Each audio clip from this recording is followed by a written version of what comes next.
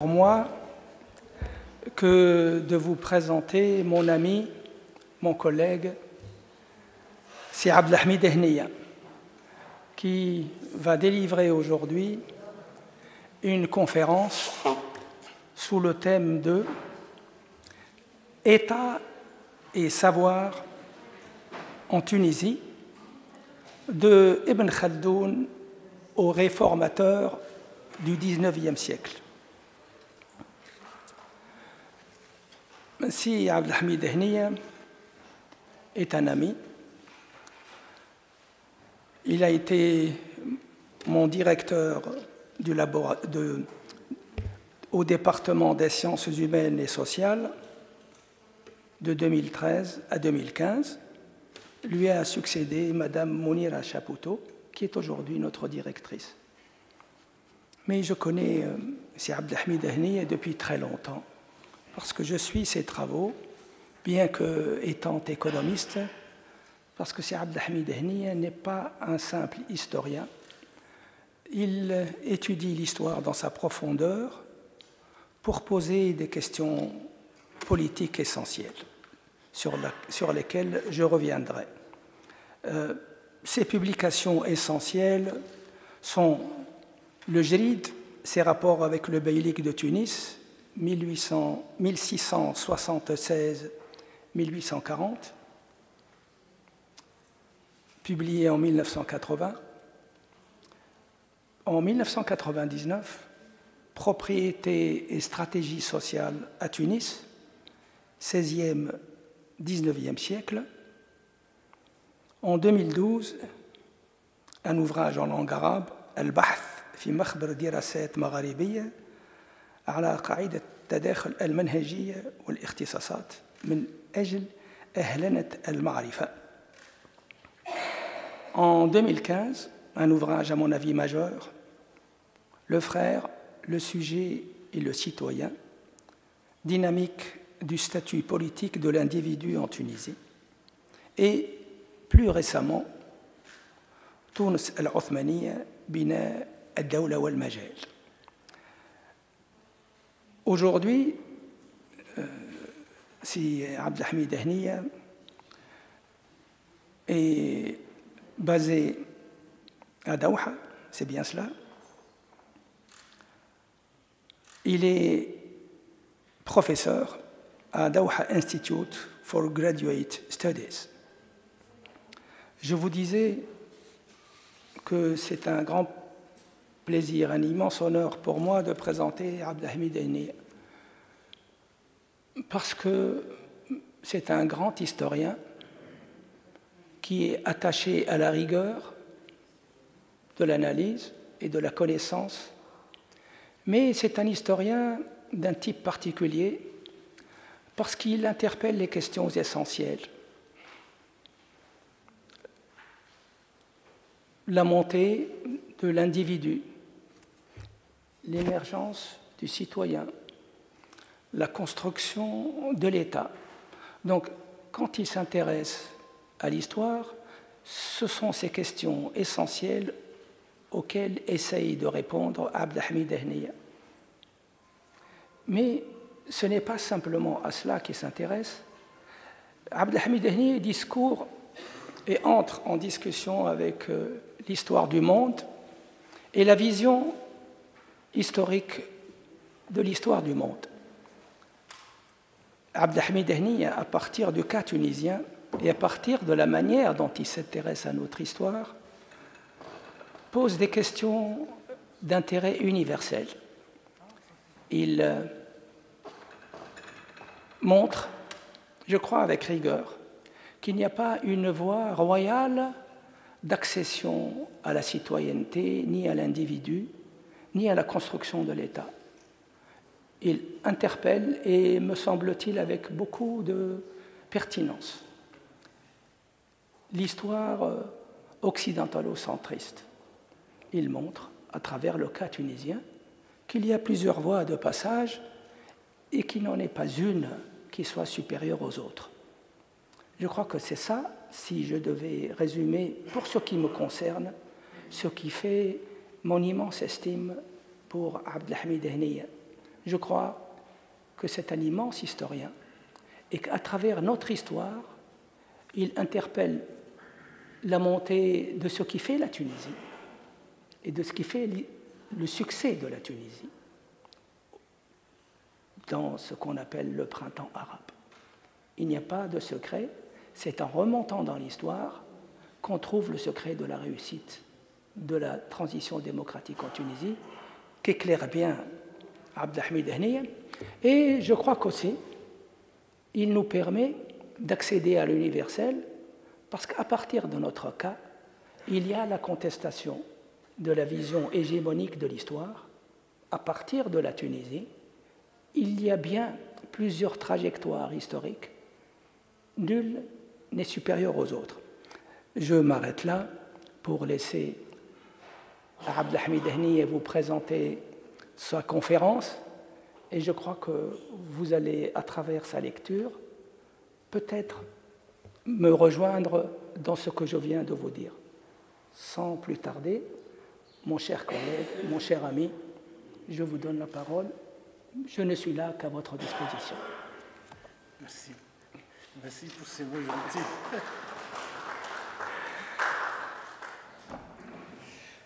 Merci. Et merci à vous aussi d'être là. Et j'espère que je ne vais pas vous décevoir. Tout simplement, c'est ce que je veux dire.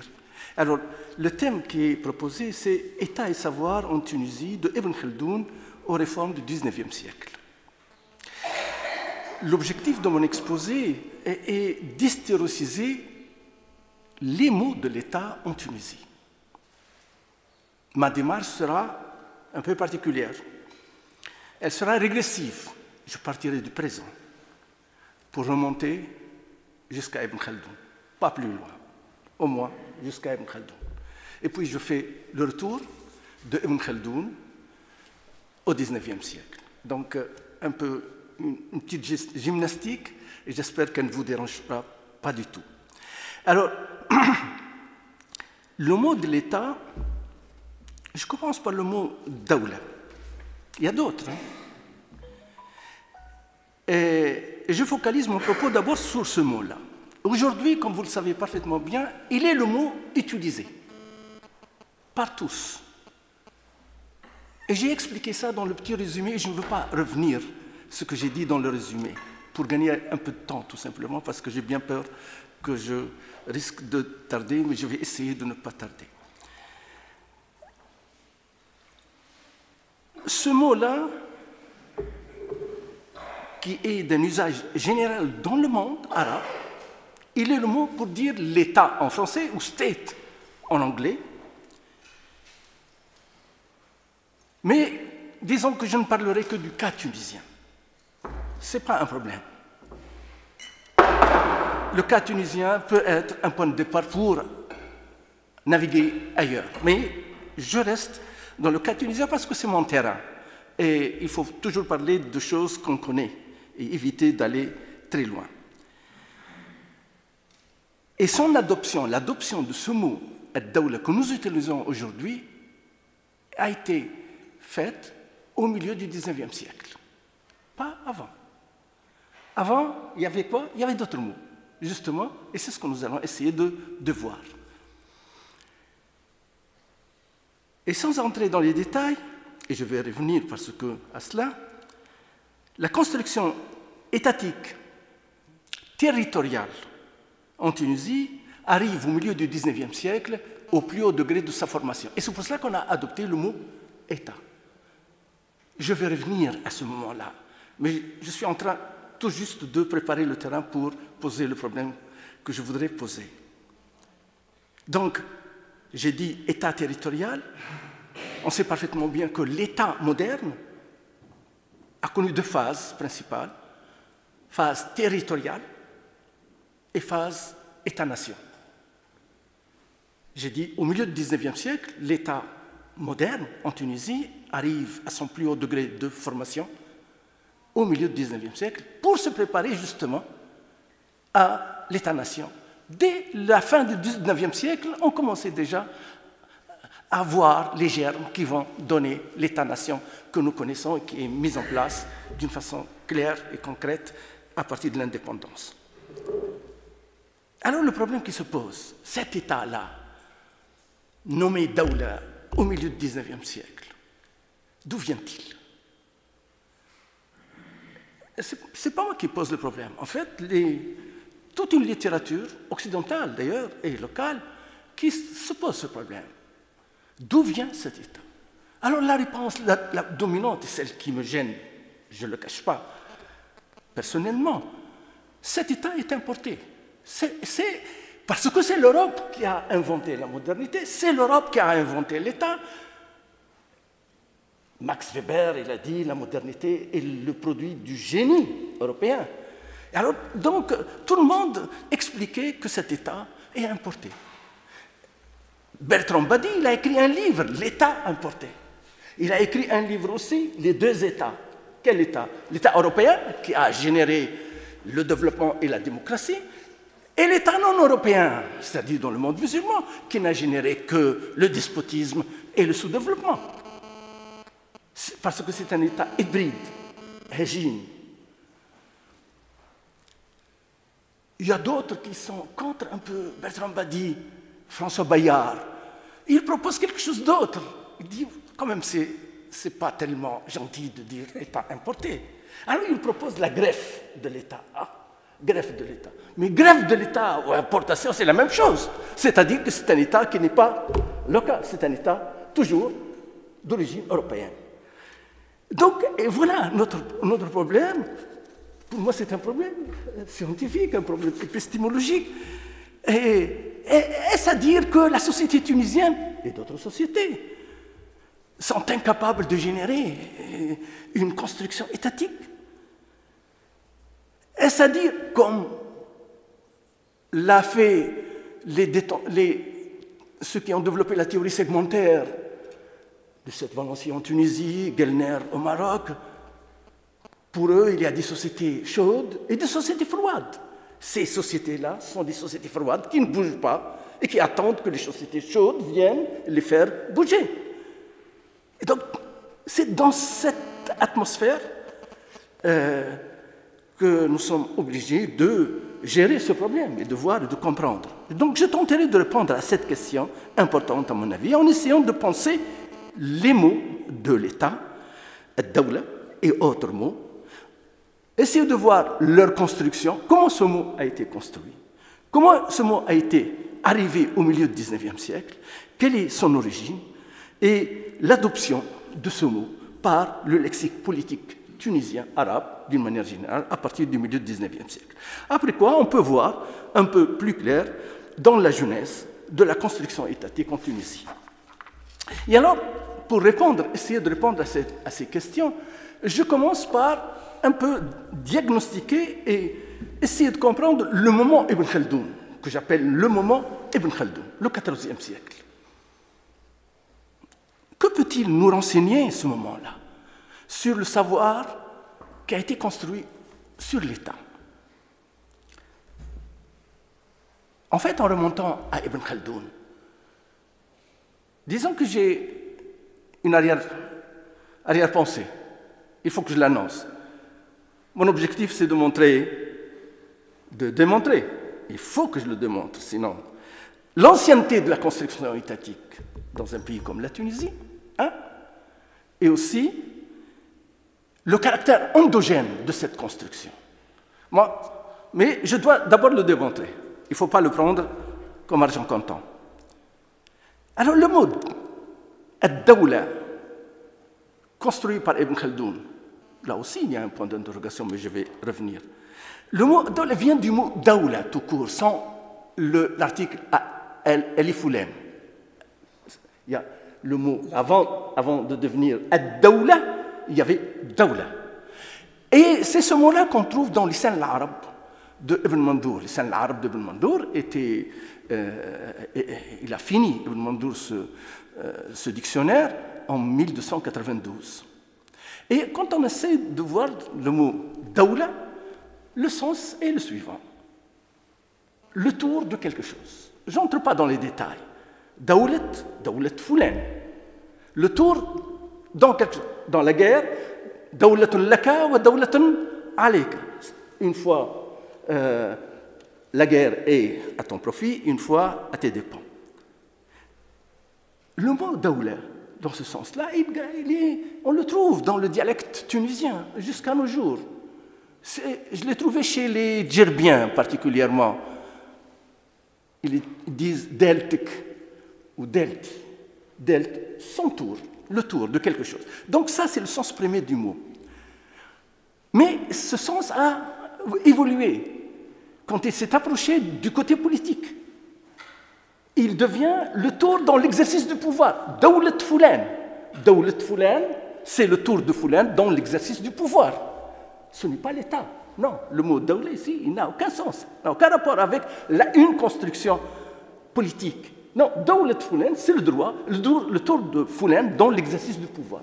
Et ce qui fait qu'on a Dawlat al-Abbasiyin, Dawlat al-Amawiyin. Ce n'est pas l'État des Abbasides ou l'État des Amawides, c'est tout simplement le tour des Abbasides dans l'exercice du pouvoir. Voilà le sens premier du mot Dawla.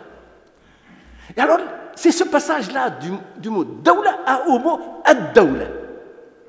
C'est Ibn Khaldoun qui utilise Ad-Dawla, alors là, c'est une abstraction. Quelque chose d'abstrait, Ad-Dawla, une conceptualisation. Remarquons qu'Ibn Khaldoun utilise les deux mots, Dawla et Ad-Dawla. Dawla, tout court, pour dire le tour dans l'exercice du pouvoir, comme ça a été utilisé longtemps avant lui.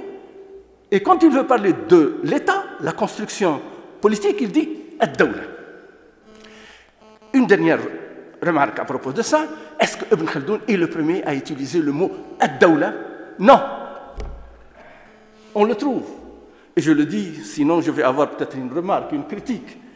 Et non, oui, le mot Ad-Dawla a été utilisé avant. Il y en a des documents.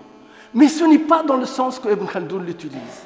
C'est toujours Ad-Dawla, le tour dans l'exercice du pouvoir. Ce qui fait que le mot Ad-Dawla, dans le sens de État, n'a commencé à apparaître et exister qu'avec Ibn Khaldoun. Pourquoi Ibn Khaldoun éprouve le besoin de construire un concept? Et bien tout simplement parce qu'il a remarqué que la vie politique a beaucoup changé. Il y avait quelque chose qui émergeait. Les mots qu'il trouvait avant Ad-Dawla, il trouvait le mot Khilafa. Et Imara, c'était des catégories pour désigner des constructions politiques. Mais ces constructions politiques ne correspondaient pas à ce que Ibn Khaldoun observait au cours de son temps, et je vais revenir à ce qu'il observait. Il faut dire aussi que la dynastie, que les Abbassides, l'empire abbasside, il a périclité. Pratiquement, il est presque fini en 1258. Ibn Khaldoun, il a vécu entre 1333 et 1406. Donc, il y a un temps. La dynastie, les Abbassides étaient finis. Et donc, le mot Khilafa était devenu une catégorie caduque. Elle n'expliquait pas, elle ne traduisait pas la construction politique qui existait à cette époque-là. C'est très compliqué, mais je vais essayer de faire les choses d'une manière claire, j'espère. Donc, Ibn Khaldoun, conscient qu'il y avait une nouvelle vie politique, une nouvelle construction, que le mot Khilafa ne rendait pas, que le mot Imara ne rendait pas, donc il choisit le mot Ad-Dawla.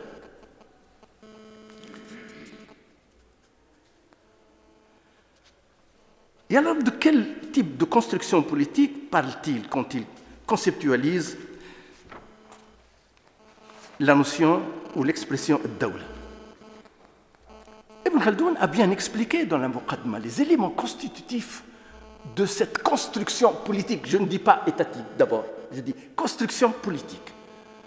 Et il a défini les éléments qui permettaient, qui expliquaient cette construction politique qu'il nommait Dawla. Et alors, on vient à Ibn Khaldoun au XIVe siècle. Lui, il n'a vécu que le XIVe siècle. Et nous avons Nous avons tout le savoir qui a été construit par Ibn Khaldoun et tout le savoir qui est venu après, jusqu'à nos jours. Et surtout tous les débats qui ont été faits sur l'État et sur la construction étatique, et principalement le Max Weber, qui en 1922, il a construit ce qu'on appelle l'idéal type de l'État. C'est-à-dire quoi l'idéal type de l'État? Idéal type, c'est-à-dire, c'est quelque chose d'abstrait. Ça ne correspond ni à une époque particulière, ni à un lieu particulier. C'est juste quelque chose de théorique pour permettre aux gens de définir il y a ou non une construction étatique. Et alors, quand on essaie de voir et lire Ibn Khaldoun dans la Muqaddimah, et on se demande si Max Weber n'a pas copié pratiquement... non, je ne prétends pas ça, mais tout simplement parce que c'est vraiment l'idéal type que Max Weber voulait expliquer. Il est là, chez Ibn Khaldoun, avec des nuances et des différences. Donc, quels sont ces éléments constitutifs qu'on retrouve chez Ibn Khaldoun et qu'on retrouve aussi dans l'idéal type développé par Max Weber en 1922? Un État, dans le sens moderne du mot, alors là maintenant je parle, l'État dans le sens moderne du mot, doit être marqué, doit être repéré par une centralisation politique pérenne. Une centralisation politique pérenne et stable, symbolisée par un certain nombre de choses. Par quoi? Par le monopole de l'exercice du pouvoir. Le monopole de l'exercice du pouvoir. Au profit de, ici actuellement au profit d'un président ou d'un je ne sais qui, au profit, à l'époque, au profit d'une dynastie. Au profit d'un pouvoir dynastique. 1. 2. Une administration bureaucratique, paparassière, au service du pouvoir dynastique. 3. Un monopole de la ponction fiscale. Le monopole de la ponction fiscale. 4. Un monopole de la répression légitime. Mais il y a d'autres éléments, bien sûr. Et puis l'État moderne, il a évolué. À une époque, il peut être constitué de certains éléments, à une autre époque, il peut avoir d'autres éléments en plus. Mais ça, ce sont les premiers éléments essentiels pour parler d'un État moderne. Tels sont donc les éléments constitutifs d'une construction étatique qu'on peut aisément lire dans la Muqaddimah. Tous ces éléments sont pratiquement absents dans le système politique représenté ou qualifié par le mot khilafa ou le mot imara. Il n'y avait pas ces éléments-là. C'est pour cela qu'il y a une nouveauté, il y a quelque chose qui se construisait que Ibn Khaldoun observait et théorisait.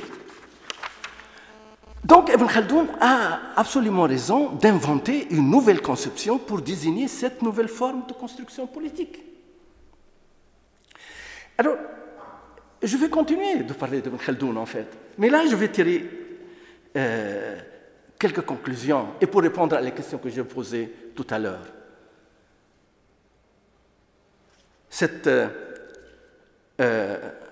Il y a donc une importante conclusion à tirer d'un tel effort de réflexion sur la construction étatique au XIVe siècle. D'abord, cette construction étatique ne date pas du XIXe siècle, pour revenir au XIXe siècle. Elle n'est pas le produit du XIXe siècle. Elle est ancienne. Elle remonte au moins à l'époque d'Ibn Khaldoun, sinon avant. Parce que Ibn Khaldoun, en fait, je vais le montrer après, cette construction étatique que Ibn Khaldoun essayait de théoriser, d'expliquer, elle existait bien avant. Au moins un siècle avant lui. Au moins un siècle, si ce n'est pas plus. Cette construction étatique, elle est aussi endogène, puisqu'elle existait. Puisque Ibn Khaldoun l'a observé, l'a vécu au Maghreb et dans le reste du Mashrek. Tout ça pour dire que l'État n'est pas importé. Et l'État moderne, en Tunisie et dans le monde arabe, quand il a existé, c'est un État endogène. Donc, fini l'histoire des théories européocentristes.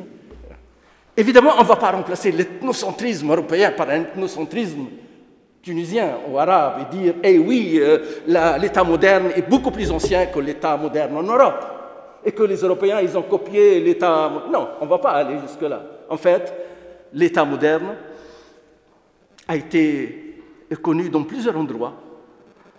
Et en Chine, par exemple, dès le 8e siècle, il y a un État moderne qui se construisait. Donc avant les Maghrébins, avant les Rassoulides au Yémen, et avant les Européens. Donc ça ne sert à rien, là, de classer. Et puis, il y a des constructions étatiques, il n'y a pas une seule construction étatique, des constructions étatiques, et qui... c'est un phénomène planétaire, si j'ose dire. Un phénomène planétaire, mais qui prenait des aspects différents d'une configuration sociopolitique à une autre. Et c'est ça le plus important. Voilà la conclusion qui nous permet de sortir du cas tunisien, de partir du cas tunisien pour comprendre quelque chose d'universel, à savoir l'État moderne. Et alors, là, maintenant, on a beau apprécier l'effort et l'apport théorique d'Ibn Khaldoun. Cependant, Ibn Khaldoun, il n'est pas le seul à avoir pensé l'État. Et il n'est pas le premier à avoir pensé l'État dans sa construction moderne. Il y a d'autres qui l'ont fait également, mais avant lui. Comme je disais tout à l'heure, au moins un siècle, sinon plus avant lui. Et ils ont inventé des mots aussi,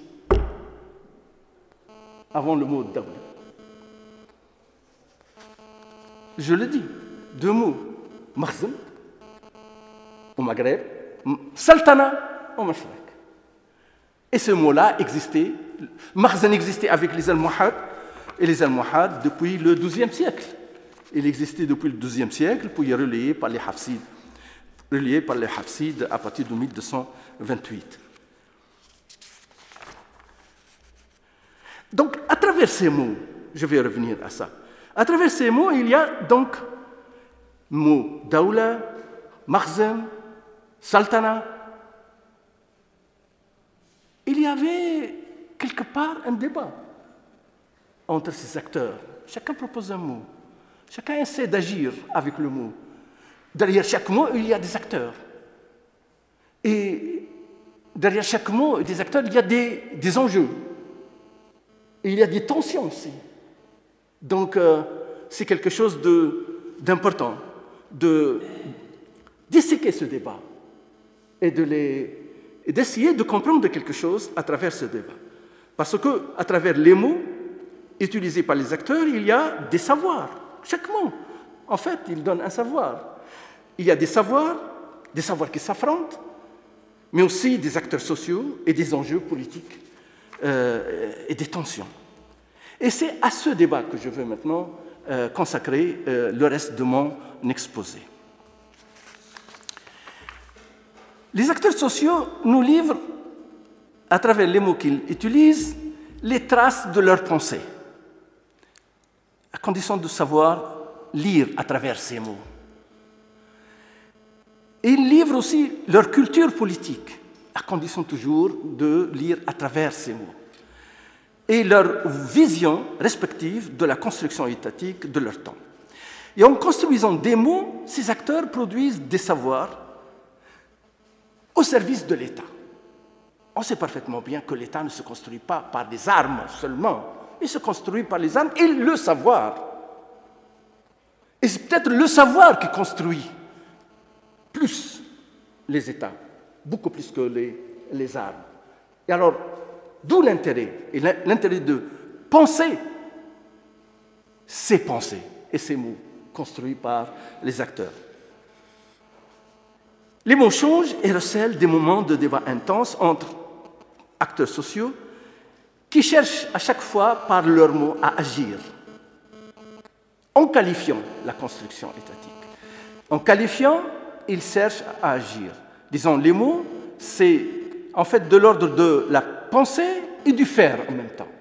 Quand on pense et on fait un mot, on agit et on fait. Trois moments forts ont dû marquer le débat sur les mots employés pour qualifier les constructions étatiques ou la construction étatique en mutation en Tunisie, parce que cette construction, elle est en déplacement, elle n'est pas figée. Il y a d'abord le premier moment, c'est le moment d'Ibn Khaldoun, c'est-à-dire 4e siècle. 14. Excuse-moi, 14e siècle. Et puis le deuxième moment, c'est au 18e siècle. Troisième moment, c'est milieu 19e siècle. À chaque moment, il y avait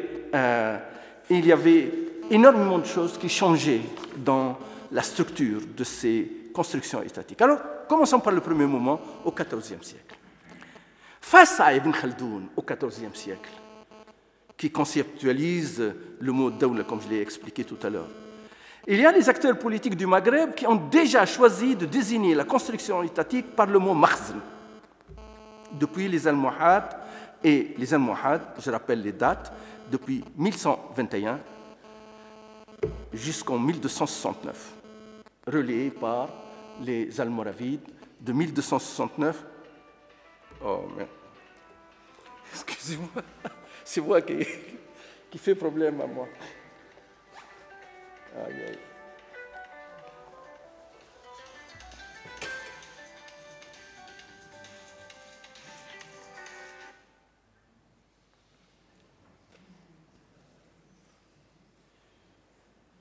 Désolé.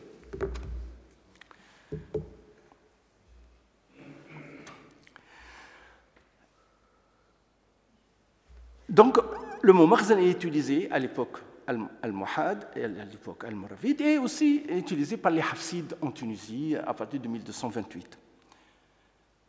Les gens du Mashrek, les acteurs du Mashrek, ils ont choisi le mot sultana, et surtout au Yémen.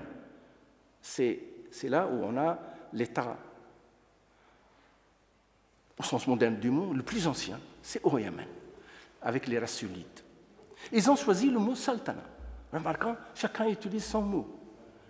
Alors, les deux, les acteurs de sultana ou les acteurs de makhzen, pourquoi ils ont choisi ces mots?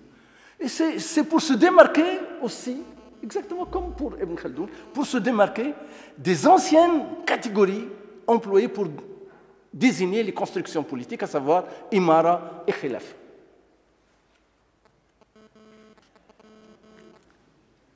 C'est presque la même chose. Alors, le problème maintenant est d'essayer de comprendre pourquoi Ibn Khaldoun prend la peine de construire une nouvelle catégorie politique à Dawla quand il sait que les acteurs politiques ont choisi les mots makhzen et le mot sultana depuis plus qu'un siècle et demi même. Qu'est-ce qui se passe chez Ibn Khaldoun? Qu'est-ce qu'il veut faire? On ne peut pas dire qu'Ibn Khaldoun ignorait le makhzen, ignorait le mot,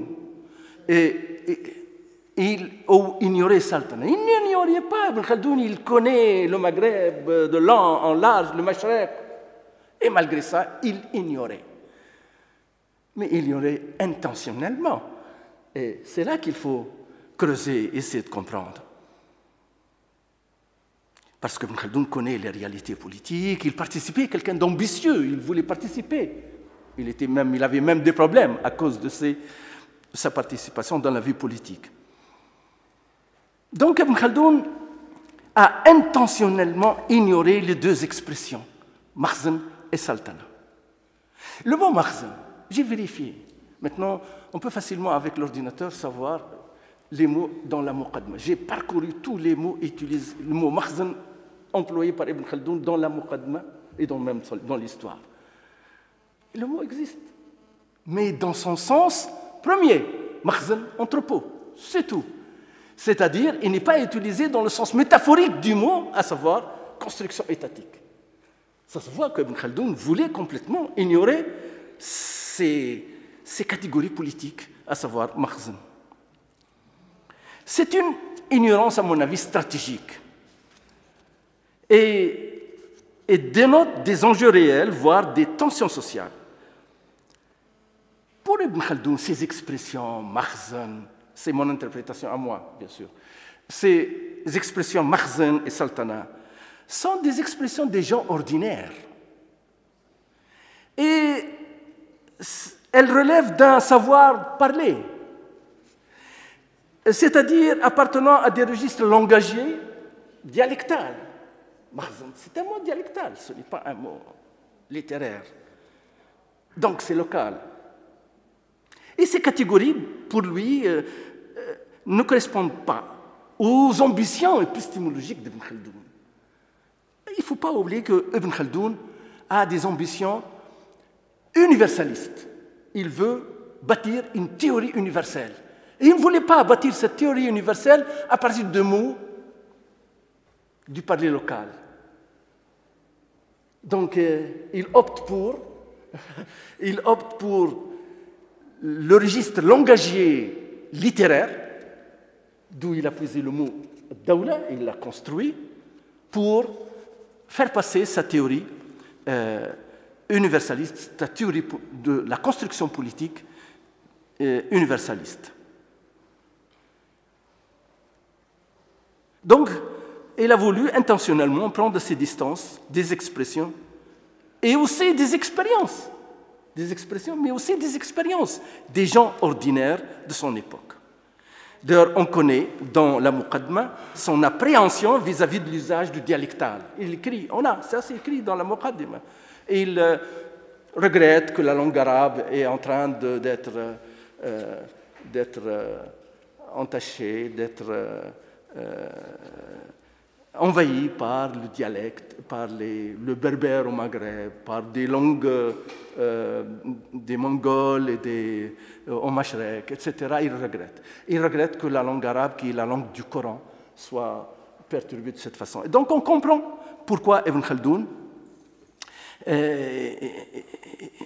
ignore les mots des gens ordinaires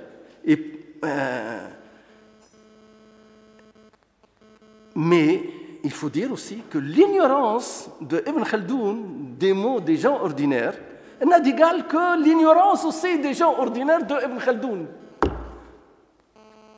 Ibn Khaldoun, il a construit son mot, il n'a pas été utilisé.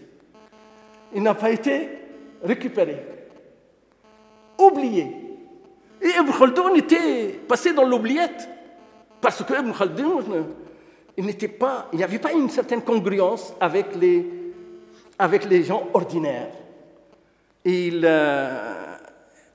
C'est un homme de lettres, il était resté à ce niveau-là. Et il va falloir attendre le 19e siècle pour qu'on découvre Ibn Khaldoun et le mot d'Ibn Khaldoun. Les acteurs, en Tunisie du moins, au Maroc aussi, ont continué à utiliser le mot makhzen. À l'époque hafside, au cours de la période ottomane jusqu'au XVIIIe siècle. Au Maroc, le mot makhzen continue à être utilisé jusqu'à nos jours, même si le mot makhzen commence à connaître des déboires ces derniers temps au Maroc, parce qu'on opte aussi pour le mot dawla, et makhzen devient une catégorie stigmatisante quelque part, mais le mot est utilisé quand même. Alors, donc, on a un débat entre protagonistes. C'est un débat, écoute, quand je dis débat, c'est virtuel. C'est moi qui l'ai imaginé. C'est une sorte de mise en scène, juste pour faire passer quelques idées. Mais il y a un débat avec un dialogue, mais un dialogue de sourds. Les gens ordinaires n'entendent pas Ibn Khaldoun n'entend pas les gens ordinaires. Ce débat sera repris, encore une fois, à un autre moment crucial de la construction étatique au XVIIIe siècle. Alors je passe au deuxième moment, le débat au XVIIIe siècle. Comment les choses vont se présenter et comment ce débat va se présenter au XVIIIe siècle. Au cours du XVIIIe siècle, il y a eu des changements assez importants dans l'exercice du pouvoir en Tunisie. Au XVIIIe siècle, je rappelle rapidement, et je ne peux pas entrer dans les détails, c'est la montée des Husseinites. Hassan Ben Ali, à partir de 1705, le bey, qui était entré en compétition avec les autres institutions politiques, institutions du Dey, institutions du Pacha, institutions du Divan, Hassan Ben Ali a réussi à dominer toutes les autres institutions et de s'affirmer en tant que bey. Donc il renforce la centralisation politique cette centralisation politique qui est une valeur politique, il faut dire, à cette époque-là. Il faut le rappeler, c'était une valeur politique. Si aujourd'hui, la première valeur politique, c'est la démocratie, à cette époque-là, la première valeur politique, c'était la centralisation et la concentration du pouvoir. Donc, au XVIIIe siècle, on assistait à cette montée de Hussein Ben Ali, à la montée de l'institution du Bey. Mieux encore, Hussein Ben Ali, il a renforcé cette centralisation politique en créant un régime politique dynastique. Il a créé une dynastie. Donc, non seulement le pouvoir allait être concentré ou réservé à l'institution du Bey, mieux encore, il va être réservé à une dynastie, à des beys dans la même dynastie. C'est le moyen pour maintenir cette centralisation et d'assurer la stabilité de l'exercice du pouvoir. Parce que c'est un élément voulu, demandé. Les Husseinites ne faisaient pas ça tout seuls, de leur propre gré. Il y avait des populations, surtout les sociétés citadines, qui s'inscrivaient dans ce projet de société, ce projet d'État. Donc l'État ne se construisait pas par les Husseinites. Les Husseinites n'étaient qu'un élément dans ce processus de construction. Il y a toute une société qui était emportée par ce projet de société. Et alors, du coup, il y avait une nouvelle configuration politique. Et cette configuration politique ne correspondait pas à l'État tel qu'il existait avant les Husseinites. Et du coup, le mot makhzen qui était utilisé jusque-là pour dire l'État devient un mot caduc. Il fallait donc changer. Quel mot? Un débat. Et on voit, c'est quelqu'un qui propose un mot, l'autre propose un autre mot. Il y avait un débat. Je dis un débat virtuel que j'essaie d'imaginer, mais en fait, il y avait un débat. On n'avait pas des plateaux de télévision à cette époque-là pour pouvoir le voir, ce débat, mais on peut le sentir, on peut le voir. Alors, je vais essayer de montrer quelques éléments qui rappellent ce pouvoir. On trouve un Saghir Ben Youssouf qui écrit un livre. Al-Mashra' al-Mulki fi Sultanat Awlad Ali al-Turki. Soulignons le mot Sultana. Saghir Ben Youssouf, qui est-ce? Saghir Ben Youssouf, c'est un Koulougli, c'est-à-dire d'origine turque. Sa mère est d'origine locale, tunisienne. Et donc un ancien soldat, seulement il s'est arrêté suite à des événements, etc. Il a vécu à Béja principalement. Et c'est quelqu'un de particulier, vraiment. Un grand lecteur d'Ibn Khaldoun. Et une chose nouvelle, au XVIIIe siècle, on commençait à découvrir Ibn Khaldoun. Jusque-là, Ibn Khaldoun est complètement ignoré. Tu me préparais un petit mot. Je vais essayer de ne pas...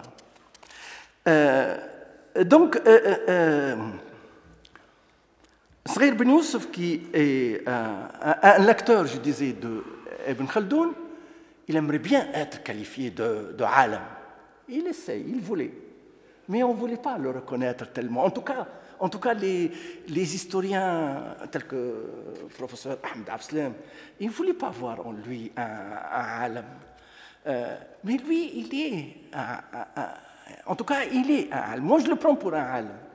Parce qu'il a écrit un livre pour continuer l'œuvre d'Ibn Khaldoun. Il l'a appelé Tekmil. Et d'ailleurs, que Bayt al-Hikma est sur le point de le prendre pour projet de publication. J'espère que Bayt al-Hikma va l'adopter, ce livre. Et c'est dommage que un livre comme celui-là ne soit pas publié. Donc, Ibn Khaldoun, Saghir Ben Youssouf, un grand connaisseur d'Ibn Khaldoun. Et il propose le mot sultana. Il n'utilise pas, dans ce qu'il écrit, il n'utilise pas le mot makhzen. Lui aussi, il prend ses distances par rapport au mot makhzen. Il utilise le mot sultana pour dire l'État. remarquant. Sghair Ben Youssef, qui est un grand connaisseur d'Ibn Khaldoun, ne reprend pas le mot d'Ibn Khaldoun. Il n'utilise pas le mot Dawla. Non, il choisit Sultana. Pourquoi? Je n'arrive pas à comprendre. En tout cas, Ibn Khaldoun reste ignoré encore jusqu'au XVIIIe siècle, quand on est en train de chercher un mot pour dire la nouvelle construction politique. Alors, face à Sghair Ben Youssef, il y avait une autre masse de gens anonymes. Ce sont les ketb, les scribes, c'est-à-dire les entrepreneurs, moi je les appelle comme ça, les entrepreneurs de l'administration beylicale. Ces scribes, j'ai consacré un article sur ces scribes, sont des gens très intelligents et ils ont inventé énormément de choses, des techniques politiques. Et ils ont laissé une masse de documents, des registres qui sont aux archives nationales, des centaines de registres. Et ces registres, remarquons, tous écrits en arabe dialectal. Et on se demande, bien sûr, certains ont essayé, dont l'historien Ahmed Abslem et d'autres, et tout simplement parce que ce sont des gens ignorants et que le niveau a baissé et que la langue arabe a perdu de son importance, etc., etc. Et puis, c'est connu, ça, Asr al-Inhitat, ou Asr... En fait, quand on remarque, quand on essaie de voir, tous ces ketb-là sont des gens qui ont fait tout un cursus à la Jama' Zitouna. Donc, ils connaissent parfaitement la langue arabe. Et d'ailleurs, certains d'entre eux ont laissé des œuvres. Wazir al-Sarraj a laissé Al-Hullal al-Sundusi, Hussein Khouja, c'est-à-dire un ketb. Le mot Khouja veut dire en turc ketb. Hussein Khouja a laissé aussi un ouvrage. Hamoud ibn Abdelaziz, il a laissé aussi un ouvrage, le Kitab al-Bashi. Ibn Abi Dhiyaf aussi, c'est un ketb, un page ketb. Il a laissé une œuvre assez importante. Et d'autres. Ils connaissent parfaitement la langue arabe. Ils la connaissent même bien. Et pourtant, c'est en arabe dialectal qu'ils écrivent. Donc, ces gens-là sont eux qui ont agi pour imposer le mot nouveau pour dire la construction étatique, parce que ces ketb sont des hommes d'État. Sont les hommes d'État parce qu'ils participent, je considère comme étant les ingénieurs de l'État. Ils ont inventé le mot beylik face au mot sultana. Beylik, c'est un mot, c'est un dialecte local. Il y a le turc. Le dialecte, c'est ça, le dialecte, il est mitigé, arabe, avec le turc, l'italien, etc. Donc, un mot du dialecte. Et c'est ce mot-là qui est passé pour devenir le mot de l'État. En plus, il y a des historiens parmi les ketb et ils ont objectivé ce mot-là. Sghair Ben Youssef, c'est un historien aussi, il cherche à être un historien. Son mot ne passe pas. Le mot des autres, de ces ketb, a fini par s'imposer et on a le mot beylik. Et qui allait durer jusqu'au XIXe siècle. Le mot makhzen devient un mot stigmatisé. Et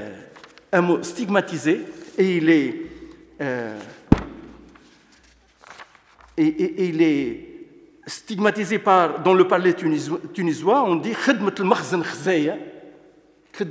khzaya, le service du makhzen est déshonorant. Et ça c'est classique dans la modernité.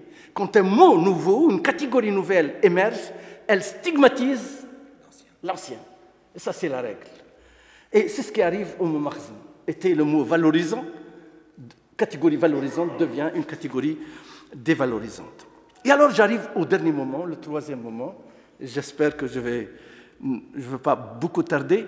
Et à partir du milieu du XIXe siècle, le lexique politique change encore une fois et il y a, le plus important, une nouvelle métamorphose dans l'exercice du pouvoir qui a généré ce troisième moment de débat sur les mots de l'État.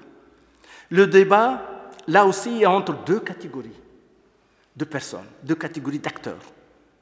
D'un côté, on a les anciens acteurs ce que j'expliquais tout à l'heure, ce qui était à l'origine du mot beylik. Il était là. Sont les katib de l'administration centrale. De l'autre côté, on a la nouvelle élite réformiste. La nouvelle élite réformiste qui agissait en congruence, en totale congruence avec le savoir savant. La première catégorie, les premiers acteurs, je disais, ils sont des gens ordinaires, puisent dans le savoir ordinaire, savoir dans le dialectal, dans le registre dialectal. Les élites réformistes, au contraire, ils sont branchés sur le savoir savant, le savoir littéraire. Donc, il adopte le langage emprunté au registre littéraire afin de se démarquer des gens ordinaires et du savoir généré ou donné ou construit par les gens ordinaires. Parmi ces réformistes, vous les connaissez, il y a Ahmed ibn Bediaf, il y a Khaireddin Tounsi, il y a d'autres. Et ce sont eux, cette nouvelle élite, qui était à l'origine du pacte fondamental en 1857, pacte fondamental en 1857, et qui était à l'origine de la constitution tunisienne, la première constitution, en 1861. Et alors, quel est l'enjeu de ce débat entre ces deux clans, le mot, c'est pas clan, ces deux camps, si j'ose dire? Les nouvelles élites réformistes critiquent la manière dont le pouvoir est exercé jusque-là. Ce pouvoir qui est représenté par le mot, la catégorie beylik. Et pour eux, il s'agit de changer le pouvoir absolu, le hukm al-mutlaq. Je vais revenir à ce mot, mais c'est un mot nouveau dans le lexique politique. Il n'existait pas avant. Et le remplacer par un pouvoir contrôlé par la loi, le hukm al-muqayyad bi-qanun. Et c'est Ibn Bediaf qui a développé tout ça dans le tome 1 de son Ithaf al-Zaman. C'est-à-dire changer un pouvoir, c'est ça la logique, changer un pouvoir qui s'exerçait, un pouvoir qui s'exerçait au profit des intérêts privés par un pouvoir qui s'exerçait au profit des intérêts, de l'intérêt général. Ce sont deux mots essentiels. La notion d'intérêt général, al-maslaha al-amma, est une notion nouvelle. Et elle est apparue à ce moment-là. Elle n'existait pas avant. On dit avant maslahat al-muslimin, etc., mais ce n'est pas la même chose. Al-maslaha al-amma, c'est en rapport. En fait, c'est en rapport avec ce pacte fondamental, en rapport avec cette constitution, etc. On parle de maslaha al-amma. Fini exercer un pouvoir au profit des intérêts privés. Quand on dit intérêt privé, parce que c'est ce qui se pratiquait. Le pouvoir s'exerçait par le bey et par ses agents, au profit de qui? Au profit du bey et des agents. Ça, c'est certain. Si je prends un exemple, juste pour que je sois clair, et pas très... Par exemple, si on prend le mot Amlek, j'ai l'occasion d'étudier la propriété. Ce qu'on appelle aujourd'hui Amlek Dawla. Au temps de Hassan Ben Ali, avec le mot beylik, dans les registres fiscaux, ils écrivent Amlek Sidna.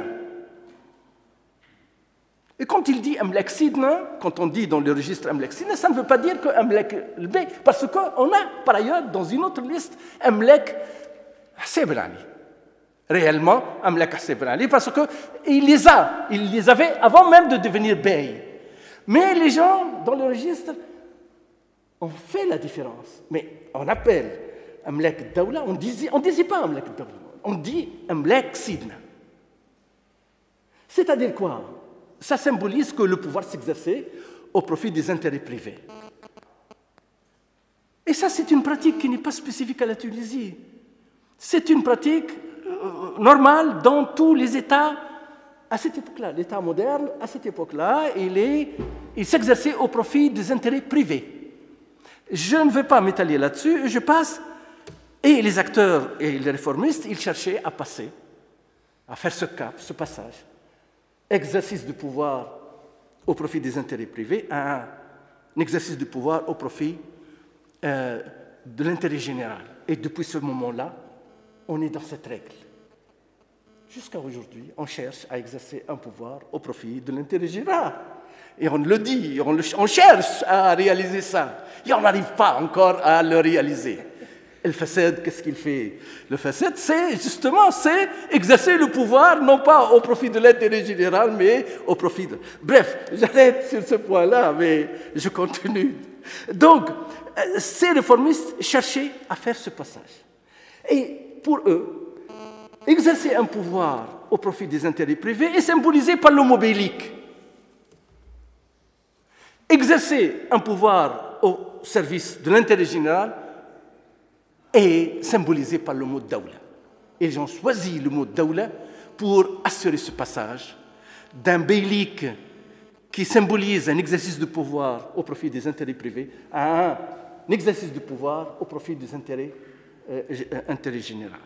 Et alors, il emprunte le mot dawla à Ibn Khaldoun, mais quand on sait que l'arrière-fond de cette adoption est ce passage dans l'exercice du pouvoir, on dit qu'ils n'ont pas pris le mot d'Ibn Khaldoun textuellement.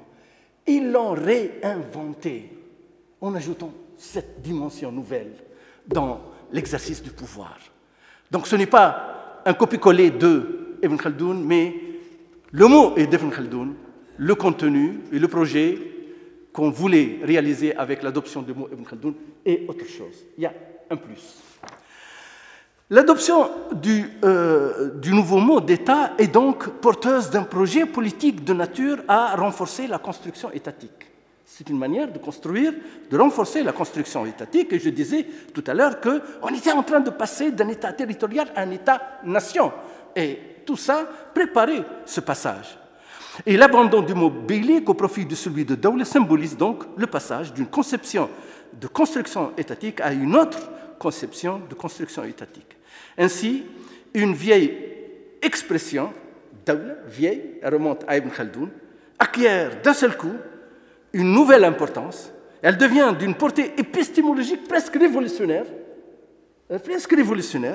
Et c'est à partir de ce moment-là, le mot dawla est devenu adopté. Avant, je pensais que le mot dawla a toujours existé. Mais en fait, non. Il est récent, ce mot. Il a une histoire. Toutes ces transformations consacrent la suprématie donc du pouvoir politique de l'élite savante et de l'élite réformiste. Une suprématie fondatrice d'une situation qui dure jusqu'à nos jours. Cette élite qui dominait à cette époque-là, qui a imposé son mot, qui a imposé son style, elle est toujours là. Et il ne faut pas oublier que ce n'est pas par hasard si les élites politiques de nos jours, depuis l'indépendance plus particulièrement, se réfèrent toujours à ce moment fondateur de l'élite. Ils se réfèrent toujours à Ibn Khaldoun, à Khaireddin Tounsi, à Ibn Bidiev, et ils sont les continuateurs de cette élite, parce que c'est cette élite qui a fondé l'élite politique que nous avons aujourd'hui. Alors, j'arrive à la conclusion. Nous décelons donc, à travers les 3 moments de débat, une tension langagière portant sur l'usage du dialectal et du littéraire. Une tension langagière qui traduit une tension sociale entre gens de savoir ordinaire, parlant le dialectal, et gens de savoir savant, parlant le littéraire. L'équation dialectal-littéraire laisse apparaître une suprématie du dialectal jusqu'au milieu du XIXe siècle. Les débats que j'ai exposés montrent parfaitement bien que le dialectal et le savoir des gens ordinaires restaient dominants jusqu'au milieu du XIXe siècle. Le déclassement du dialectal et du savoir des gens ordinaires ne s'est réalisé que sous l'action des élites réformistes du XIXe siècle. Les scénarios dont la confrontation dialectale littéraire ou savoir savant, savoir ordinaire est toujours le même. Le savoir des gens ordinaires qui constitue le sens commun. Le sens commun, ça me rappelle la conférence de Fouzia novembre dernier.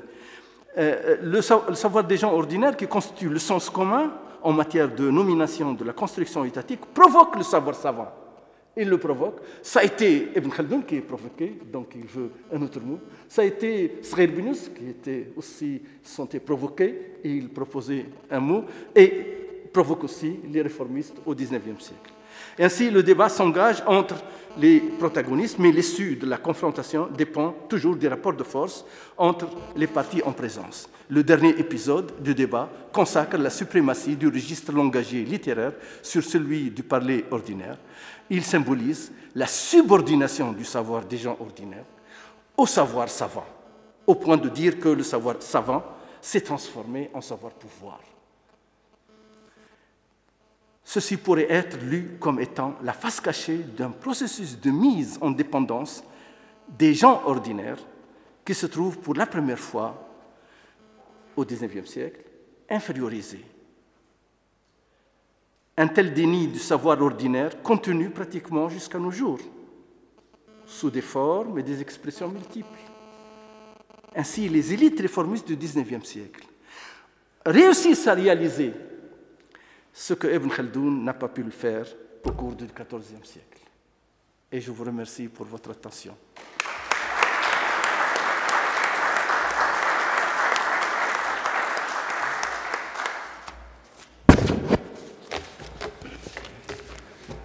Merci pour cet exposé magistral, un voyage à travers les mots qui réfère à des constructions politiques, à l'imaginaire collectif et aux changements qui traversent les sociétés. Et je crois que Si Abdelhamid, à travers son voyage, a montré que déjà au milieu du XIXe siècle, l'État, en tant qu'institution moderne, était là en Tunisie. Et que donc à travers son périple, il n'y a point de construction modèle, il y a plusieurs constructions, plusieurs voyages, et le voyage tunisien en est un qui n'est ni inférieur ni supérieur aux autres, mais il est là. Donc, moi j'ai une seule question avant de céder la parole à la salle. Dans ta présentation, quand tu as parlé de l'État, de l'idéal type de l'État moderne, Max Weber et Ibn Khaldoun, j'ai eu l'impression que tu les faisais référer au même concept. Nous connaissons, et tu as bien exposé Max Weber sur l'État, l'idéal type de l'État, comme institution monopolisant l'usage de la violence légitime, dotée d'une administration à son service. J'ai eu l'impression que tu n'as pas présenté l'équivalent chez Ibn Khaldoun. Je n'ai pas présenté l'équivalent chez Max Weber. C'est tellement la même chose qu'on ne sait pas qui dit quoi. Est-ce que tu peux, je crois pour moi, mais je crois que pour le public aussi, montrer l'équivalence chez l'un et chez l'autre de l'État. Nous connaissons Max Weber. Je crois que tu as sauté, ou que je n'ai pas compris, ou que nous n'avons pas compris, en quoi ils avaient les mêmes références vis-à-vis de l'État. Chacun a ses mots, c'est certain. Mais les éléments, les mêmes, il faut qu'il y ait centralisation du pouvoir et stabilité. Voilà un élément. Je parle de Max Weber. Centralisation du pouvoir et stabilité de l'État. Les hommes passent et la structure et l'État restent. Ça, c'est une caractéristique de l'État moderne. On trouve chez Max Weber ceci, chez Ibn Khaldoun également.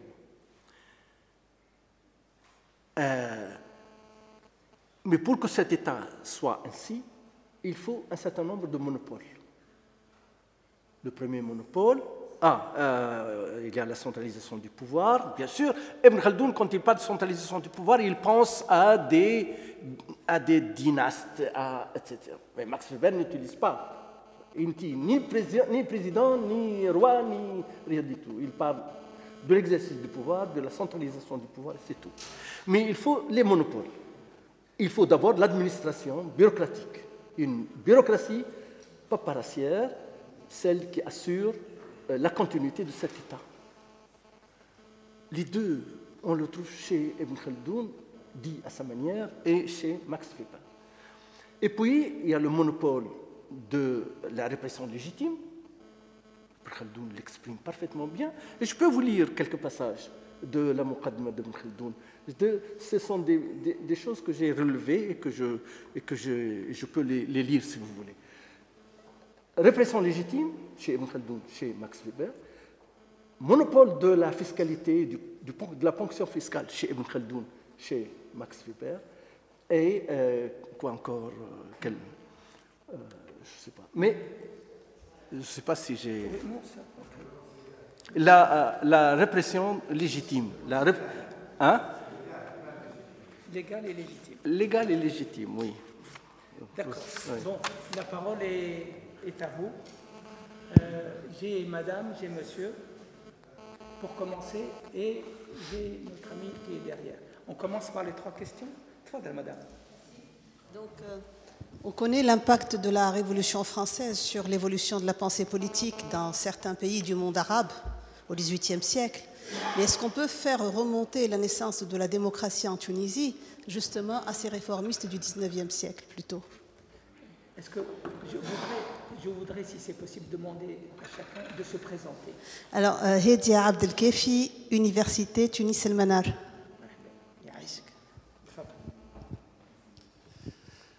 Merci. Mohamed El-Marimi, maître assistant à Menoba. Vous n'êtes pas maître de conférence, mon cher? Maître de conférence. وانا شغلت maître assistant. Lorsque à mon sens, lorsqu'on aborde cette question de l'État, je me trouve en face de 3 éléments quand même. Il y a le scientifique qui me pose un grand problème de l'objectivité et de la subjectivité dans les sciences humaines. Il y a le problème de la documentation archivistique dans laquelle on trouve de tout et par lesquels on peut aller dans tous les sens. Et le 3e élément, c'est justement notre réalité actuelle. Bien que je sois un historien. Hein. Alors, il y a ces 3 piliers qui me retiennent. Et nous sommes arrivés à une période où l'État doit être sauvé. Et c'est à partir de ce constat que je vais indiquer schématiquement et en gros sur la longue durée, disons, je vais m'arrêter sur à trois temps distincts. Le premier temps, c'est le temps après 1574. Après 1574. Et la Tunisie a vécu une période transitoire entre la période des Béchers et la période des premiers Deymouradites. C'était une période transitoire. Et on assistait vraiment à une déconstruction de l'État tunisien. C'est-à-dire, la Tunisie est devenue une province de la Sublime Porte, tout simplement. Et si on essaie de voir un peu à travers la documentation, l'État, c'était une affaire de la notabilité locale. C'est-à-dire que la première personne au sommet de l'hiérarchie locale, il était nommé par un fermen. Et la Tunisie a perdu son indépendance pendant la période des Béchas. Et il y a certaines personnes tunisiennes, des notables locaux tunisiens, qui se sont mis et qui ont collaboré avec les Turcs. Et comment cette période transitoire a été gérée? Ils ont collaboré avec les Turcs. Mais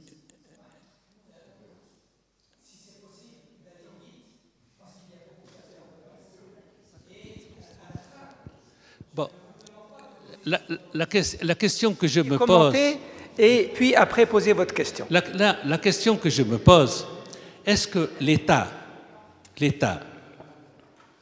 a été construit par le haut ou par le bas? Voilà.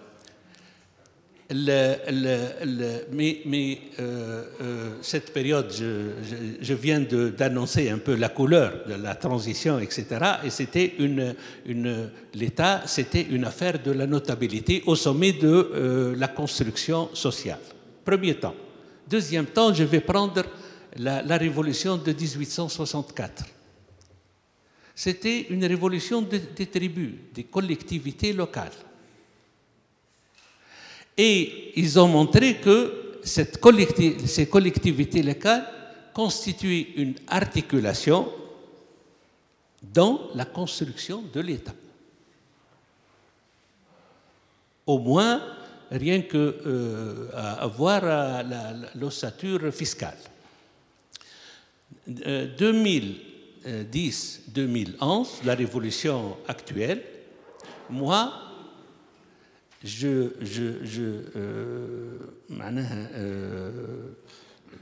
dans la relation avec l'État, il y a cette question de l'individu. L'individu, comment? Quel est le rapport entre l'individu et l'État? Et donc, en fin de compte, schématiquement, on peut dire que si on ne prête pas attention aux différentes articulations que constitue l'État, le sommet, les institutions centrales, les institutions intermédiaires et l'individu en tant que tel, hein, pour comprendre un peu l'État. Voilà. Merci beaucoup. Derrière, vas-y. Alleghi Abdelkarim, universitaire du 9 avril. Moi, j'ai écouté avec plaisir le voyage qu'a fait notre ami Abdelhamid Hania. Sauf que moi, je pense qu'il y a une autre approche qu'on peut faire. Ainsi, peut-être je ne partage pas la démarche d'Abdelhamid Hania. La question, ce n'est pas une question est-ce que l'État est endogène ou elle est exogène. Elle est sous l'influence de références européennes, européocentristes, ou elle est d'origine locale, etc. Moi, je ne pense pas que la problématique se pose de cette manière-là. Et tu sais mieux que moi, nous sommes dans une région, la Tunisie, elle est là, dans une région méditerranéenne, où il y a une circulation des idées depuis le XVIIe siècle. Que l'expérience d'Égypte au Caire, que ce soit à Damas, que ce soit à Tunis, et donc toute la classe politique dont vous en parlez sur les réformistes, et même avant, sont au courant de ce qui se passe ailleurs. Et donc, eux, ils s'adaptent, ils ont des références de cette manière-là. Et donc, peu importe qu'elle vienne, cette idée de l'État, comment elle est née, c'est des influences positives parce qu'il y a une circulation des idées à travers cette Méditerranée. La Tunisie n'est pas en Australie, elle est là. Elle est tout près des expériences politiques, que ce soit de la Révolution française, de la Révolution anglaise et n'importe quelle, etc. Ça, c'est la première remarque. La deuxième remarque, je termine par là, sur le XIXe siècle, et là vous avez insisté sur le rôle des réformistes. Et vous connaissez mieux que moi, cette insistance sur le caractère de l'État, sur l'organisation des pouvoirs, cette centralisation, c'est aussi en réponse à ce qui se passe comme menace des puissances extérieures. Et parce que aussi, il y a une crise profonde, structurelle de la Tunisie. Face à cette situation-là, il y avait une prise de conscience de cette élite réformiste que dans la réforme de l'État, dans sa construction de cet État-là, qu'on peut répondre aux exigences, aux ingérences et menaces extérieures et à la crise profonde locale tunisienne. Cet exemple-là, on peut le trouver en Égypte, au Caire, ça se passe, on peut le trouver aussi à Damas. Voilà. Quatrième question, à la suite de laquelle on va demander aux conférenciers de réagir, puis une deuxième série de questions. Abdelhamid Abidi, je suis sociologue à l'Université de Carthage. Merci, professeur Abdelhamid Hania. Tout d'abord, je dois souligner quelque chose très important, c'est que ce genre de débat, et je m'adresse bien évidemment surtout à ce public universitaire, probablement essentiellement, c'est que ce genre de débat existe aujourd'hui en Europe. Ça veut dire la révision des catégories de pensée et la révision des approches, et notamment la remise en question de ce qu'on appelle l'eurocentrisme dans le champ du savoir de manière générale. Ça, c'est, je ne cite que le réseau des instituts des études avancées. L'un d'eux, c'est à Nantes, que je connais très bien, que j'ai accompagné sa construction. Et dedans, il y a aujourd'hui des africanistes, des Africains, des chercheurs, anthropologues, politologues, qui se penchent davantage sur, justement, ce genre de débat, sur de renverser un peu la chose et de voir comment des constructions politiques, idéologiques et scientifiques sont existantes ailleurs par ailleurs. Ma question, vous avez bien démontré effectivement que ce débat-là, entre le rapport entre le pouvoir et le savoir, et notamment la construction politique et des catégories de pensée, mais aussi qui sont l'œuvre des acteurs sociaux. Ok. Et je sais très bien que vous êtes sensible à l'approche aussi anthropologique. Qu'en est-il justement de l'importance des structures anthropologiques au Maghreb, plus particulièrement tunisiennes, dans la construction de cet État? Pourquoi? Moi, je pars tout simplement d'un grand travail colossal qui vient d'être achevé par Emmanuel Todd sur le rapport entre les systèmes familiaux dans le monde et les formes politiques de l'État aussi dans le monde. Et il a déterminé qu'il y a des corrélations très significatives entre les unes et les autres. Est-ce que c'est possible d'appliquer le même schéma en disant que si cet État existe en Tunisie, oui, mais s'il n'a pas pu encore évoluer vers le traitement égal de la chose publique, ça veut dire effacer complètement un peu ce rapport personnel et tribal, quelque part, du clientélisme de l'État, tout simplement, pourquoi existe encore, pourquoi nous ne sommes pas encore passés à cette phase de l'ascétisme telle qu'elle s'est faite en Europe occidentale? Merci.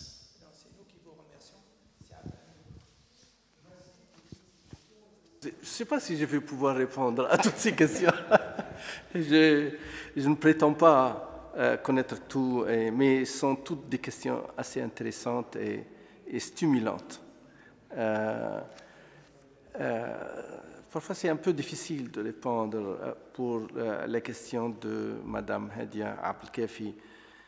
Si j'ai bien compris, elle a posé le problème de l'influence de la Révolution française.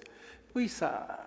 c'est pris en considération. On a essayé d'expliquer tout ce qui se passait au milieu du XIXe siècle, comme réforme, pacte fondamental, constitution, etc., par l'influence de la Révolution française. Moi, je ne pense pas que la Révolution française n'a pas d'influence. Mais je ne peux pas comprendre ce qui se passait comme dynamique en Tunisie au XIXe siècle rien que par l'influence de la Révolution française. Les gens sont au courant, sûrement, mais ils ne copient pas les autres. Ils prennent, ça aussi, dans la remarque de mon ami Alleghi, les influences étrangères, elles sont toujours là. Et les gens choisissent et réinventent. Et il y a toujours des choses qui passent. Bien sûr, je n'ai pas tout expliqué. Moi, je ne cherchais pas à tout expliquer et tout comprendre. J'ai ciblé mon exposé sur quelques aspects et savoir autour de l'État.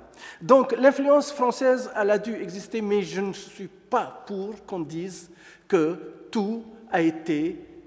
Certains disent, vraiment, disent que les réformistes du XIXe siècle ne font que copier ou reproduire ce qui a été dit. Et il y a certains même qui disent c'était dicté par l'Angleterre et la France. Effectivement, quand on rédigeait le pacte fondamental, il y avait la flotte anglaise et la flotte française. Et il y avait l'ambassadeur français et l'ambassadeur anglais. Mais écoute, les gens n'étaient pas cons. Ils n'étaient pas si cons. Bien sûr, ils tenaient compte des forces extérieures, tenaient compte de ce qui se passait à l'extérieur. Mais ils inventent leur propre catégorie. Ils inventent parce qu'ils sont prêts à se faire... à apprendre et trouver les moyens, mais ils n'adoptent que les choses qui vont parfaitement bien avec leur demande. Il ne faut pas les prendre pour des gens qui copient texto ce qui existe ailleurs.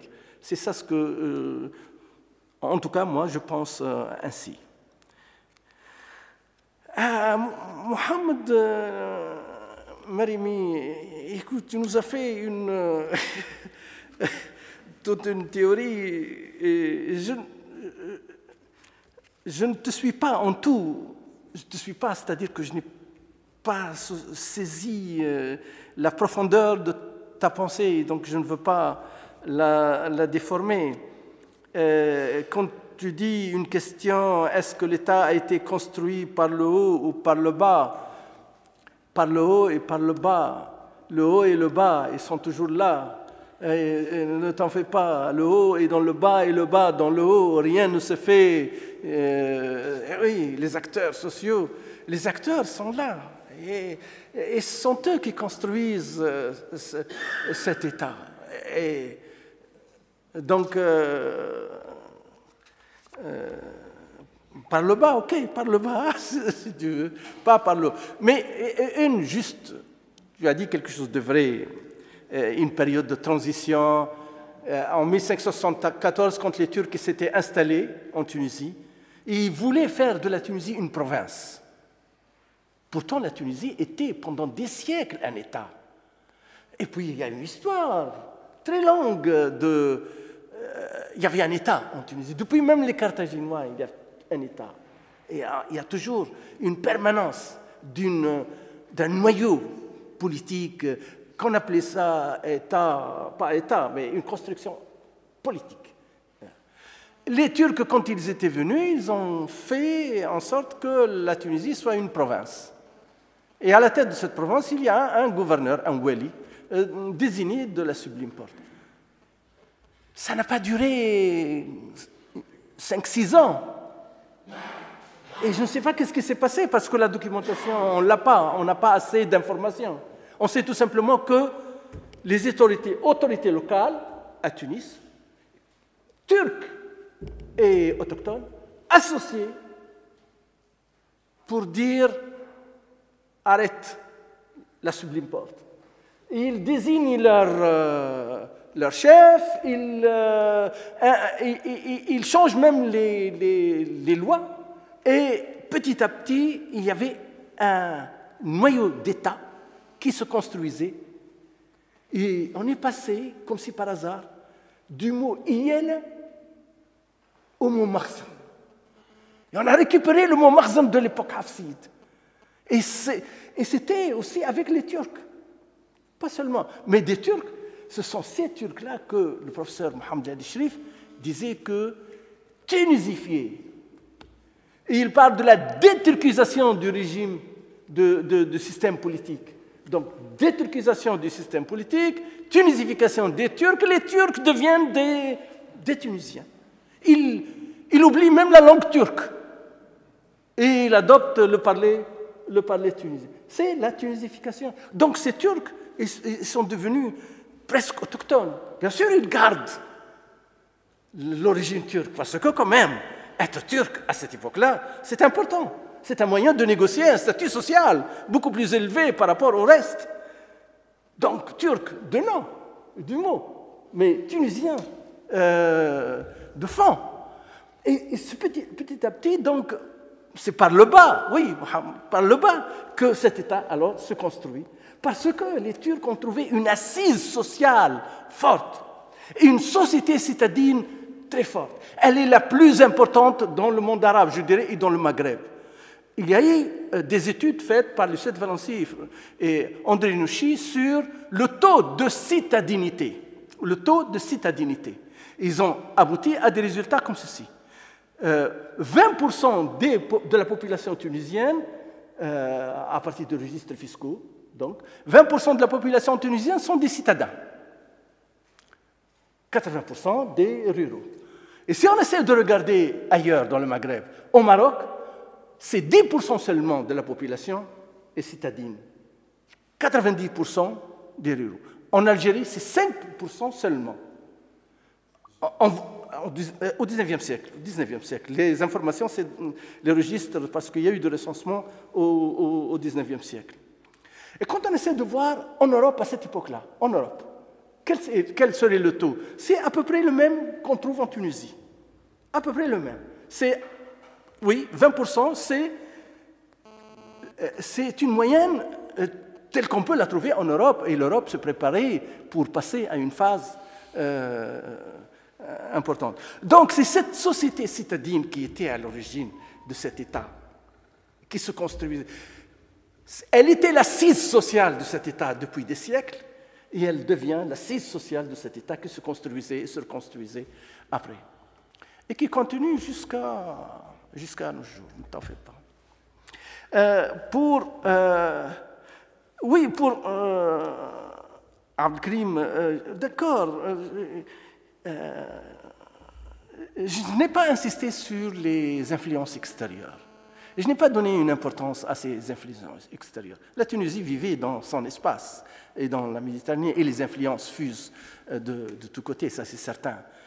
Mais j'ai cherché, moi je centrais sur quelque chose. Bien sûr, on ne dit pas tout, et on ne peut pas tout dire. Mais tu as raison, les influences, ça existe. Seulement, tu peux ne pas être d'accord avec moi sur ma démarche et sur ma manière de poser le problème, mais je pense que c'est ça. Pour mon ami Abidi, et effectivement, bien sûr, si j'ai tendance à diaboliser les études européennes, effectivement, ça existait, mais il y a un changement très profond qui se passe, très récent. Ils sont conscients. Maintenant, des gens comme Bertrand Badi n'ont plus d'audience, des gens comme François Bayard. Et ça a commencé depuis Bourdieu. Bourdieu, il est décédé au début des années 2000. Depuis Bourdieu, il y avait quelque chose qui essaie de déconstruire cet ethnocentrisme européen. Et puis, d'autres penseurs, historiens et anthropologues qui critiquent l'ethnocentrisme et proposent autre chose. Bien sûr, j'utilise ces gens-là et je critique les autres, moi aussi. Et alors, pour la dimension anthropologique, avec Todd, etc., on aimerait bien être les historiens. Nous, on considère que sans anthropologie, en tant qu'historien, on ne peut rien faire. Mais j'affiche toujours mon identité d'historien, même si j'essaie de chercher auprès des anthropologues, auprès des politologues, des économistes, des idées qui peuvent enrichir l'histoire que je construis. Moi, je cherche à être toujours historien, jamais me transformer en politologue ou en anthropologue. Mais j'essaie d'emprunter à ces gens-là discrètement. Ça ne sert à rien de dire que je suis anthropologue. Je ne peux jamais être anthropologue, je ne peux être qu'un historien, mais un historien qui cherche auprès de tous ces gens-là.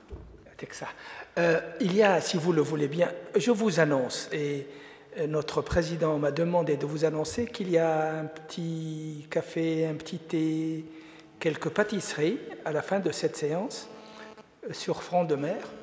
Mais s'il y a encore des intervenants, on peut procéder à un deuxième tour. qui sera le deuxième et le dernier. Donc, je vois deux mains se lever. Est-ce que ce seraient les deux dernières? Bon, donc deux mains. Encore comme toujours, présentation et... Alors, je suis psychiatre, ancien enseignant de médecine et enseignant d'histoire de la médecine. Bon, ce qui me fait un peu tiquer, c'est qu'il y a quand même une évolution fondamentale du concept d'État entre la vision d'Ibn Khaldun et le concept moderne par rapport au référentiel ancien qui se référait à une monarchie habituellement. Monarchie qui peut ou prou s'enraciner ou puiser sa légitimité dans un référentiel religieux.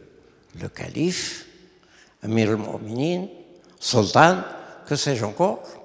Même les aghlabites se référaient théoriquement au pouvoir du calife de Bagdad. Or, maintenant, on arrive à une laïcisation du concept de l'État.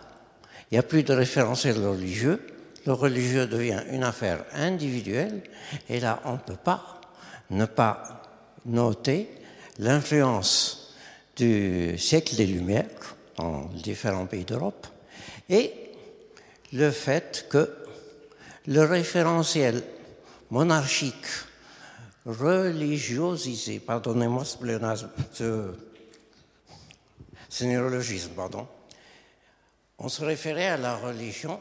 Or, le référentiel religieux, au choc de l'Europe, je pense en particulier à la conquête de l'Égypte et surtout l'invitation d'Ahmed Bey à Paris et le constat de l'énorme retard, ce qui fera un peu renouveler la Tunisie, l'école de Bordeaux, etc., etc.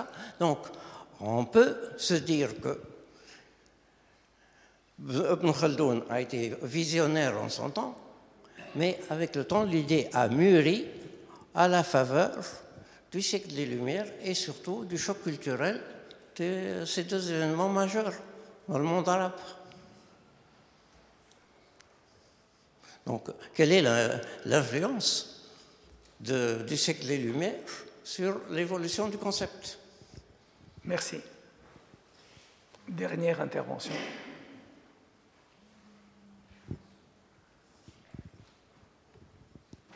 C'est toujours un plaisir d'entendre Si Abdelhamid.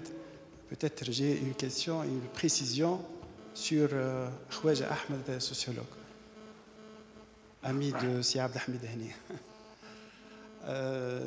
Je serais moins d'accord avec l'analogie entre Weber et Ibn Khaldun. Abdallah Al-Aroui, il a écrit un petit livre sur une analogie entre Machiavel et Ibn Khaldun parce qu'il y avait un siècle entre Machiavel.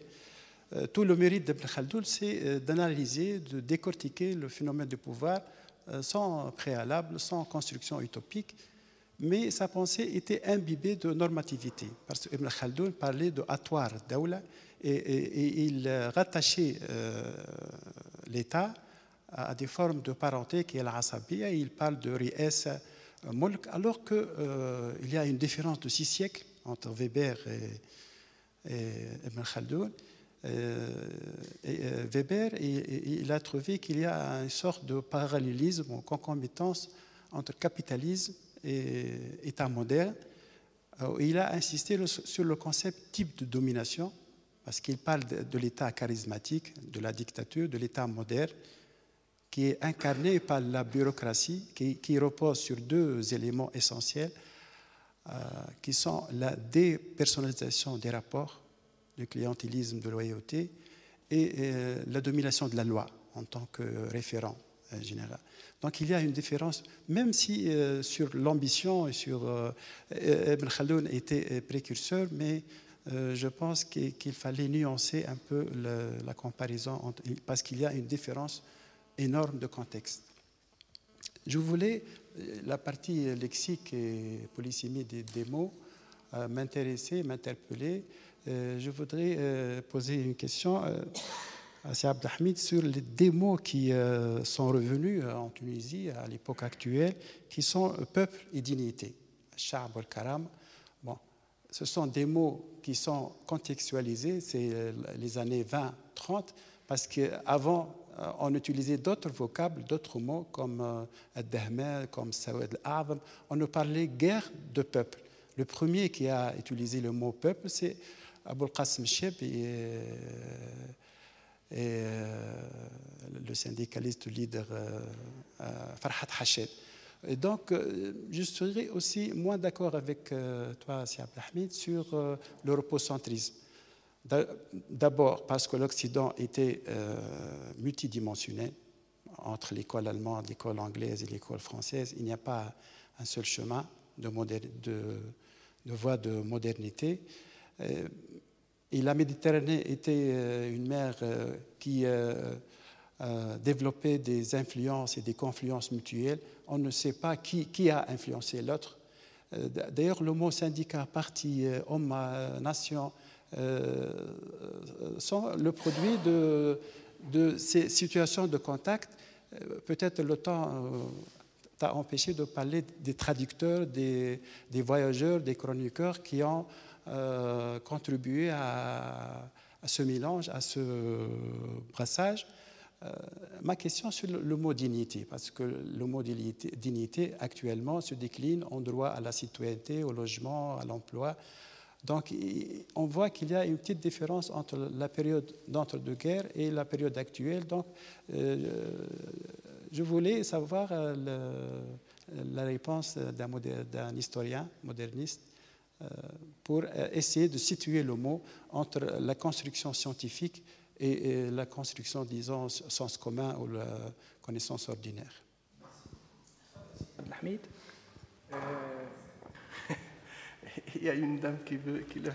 Ah, vous n'avez pas levé votre main, mais allez-y, c'est la dernière intervention. Justement, parce que malheureusement, j'ai venu en retard, donc je n'ai pas suivi votre conférence.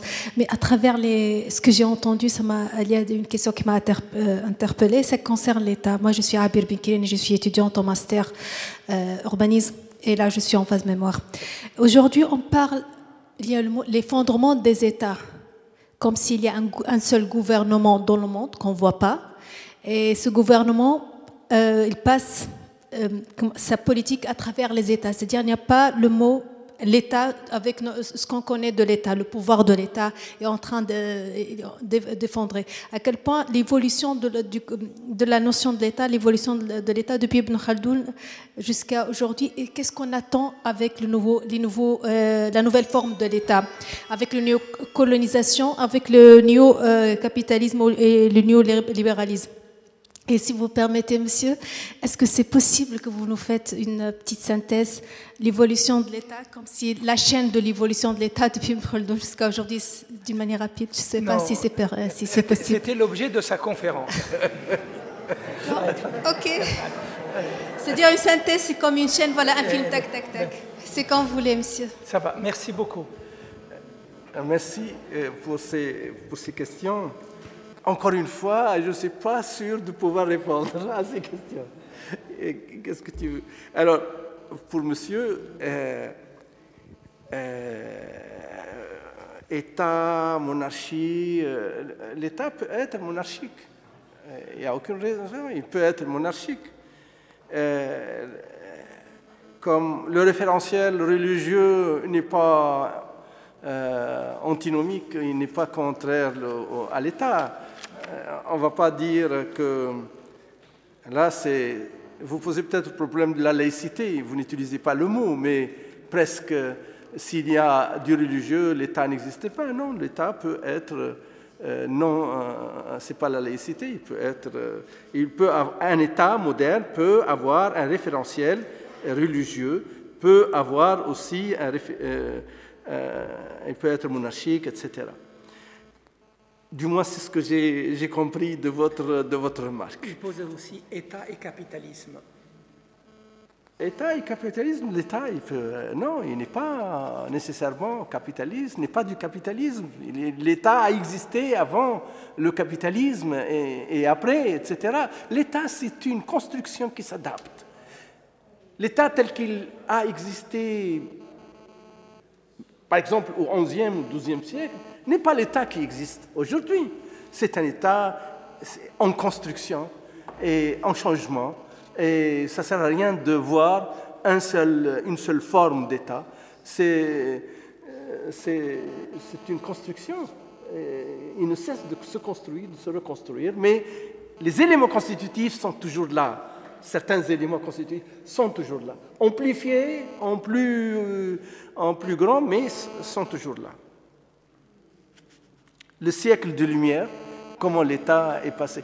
Les siècles de lumière, bien sûr, si on parle de l'État d'une manière générale, alors, l'État, ça ne sert à rien de parler de l'État d'une manière générale. Il faut toujours contextualiser. Sinon, on risque de dire tout et n'importe quoi quand on parle de l'État. Le siècle de lumière, il a beaucoup influencé la construction de l'État. Et j'exposais tout à l'heure, je disais que la Révolution française, qui est l'aboutissement de ce siècle de lumière, la Révolution française a généré quelque chose, a changé les paradigmes. Ce qui était valorisé comme la centralisation du pouvoir est fini avec la Révolution française. La Révolution française est venue pour imposer ce qu'on appelle une nouvelle valeur politique, à savoir la démocratie.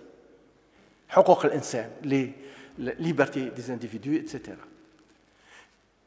Ce qui était valorisé avant, quand on dit le roi Louis XIV, était considéré comme étant le meilleur type de l'État à cette époque-là. Et c'était le roi Soleil. Est-ce qu'il était nommé despote? Non. Le mot despotisme a été créé avec la Révolution française ou avec les idées du siècle de lumière. Et le mot despotisme est devenu stigmatisé après la Révolution française. Même chose chez nous aussi, dans le monde arabe. Le hukm al-mutlaq, le pouvoir absolu, est stigmatisé au XIXe siècle par Ibn Abi Dhiyaf. Chose qui était admise avant. Hukm al-mutlaq, c'est-à-dire c'est la centralisation du pouvoir qui était une valeur politique. Donc, le siècle de lumière, il a influencé, bien sûr, la construction de l'État. C'est certain, on est passé d'une forme d'exercice de pouvoir à une autre forme d'exercice de pouvoir. L'influence de la Révolution française et du siècle des Lumières est importante sur le monde arabe, c'est certain. Je ne peux pas dire qu'il n'y a pas une influence, même si on ne connaît pas les canaux. Et comme le disait Abdelkrim Alaghi, la Méditerranée est un espace de cabotage. Ça circule à droite, à gauche, au nord, au sud, et les idées se transportent à travers les mots, à travers les idées, à travers les marchandises, etc.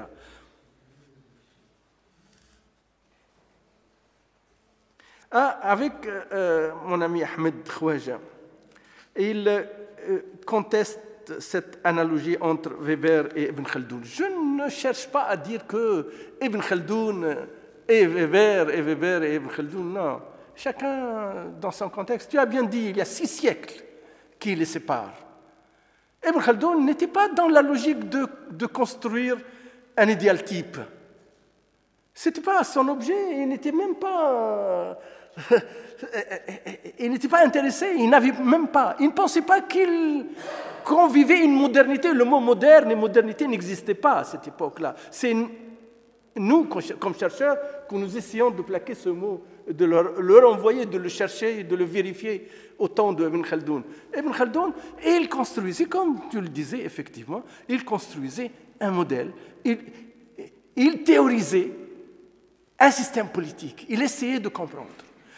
Mais qu'est-ce que j'ai fait, moi? J'ai dit ce que Ibn Khaldoun dit. Rappelle, Yahi, l'idéal type tel qu'il a été expliqué par Max Weber. Moi, je cherchais, mon objectif, c'est de chercher, est-ce qu'il y avait un État moderne, au sens moderne du mot, au temps de Ibn Khaldoun.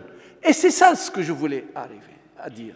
Je n'ai jamais dit que Max Weber, j'aurais pu dire que Max Weber, il a copié Ibn Khaldoun.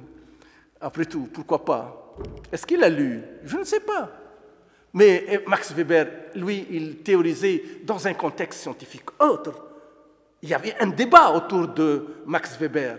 Et lui, il proposait cet idéal type. Remarquons, cet idéal type qui a été construit par Max Weber, il n'a pas été démenti jusqu'à nos jours.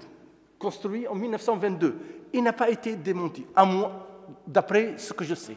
Peut-être qu'il y a des choses que je n'ai pas lues et qu'on a développé autre chose.